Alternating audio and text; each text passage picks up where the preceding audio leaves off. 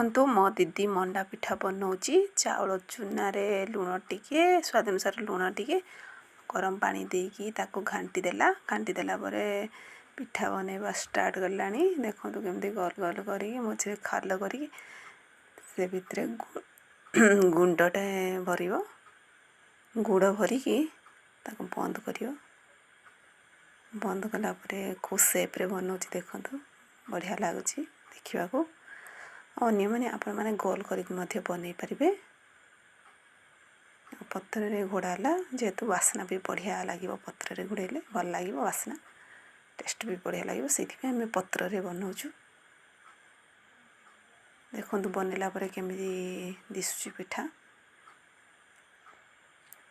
पिठा गुड़ा केमिति दिसुची ताको एबे हम पानी रे पकेबो गरम पानी रे चुली रे पकेला परे से सिझिबो।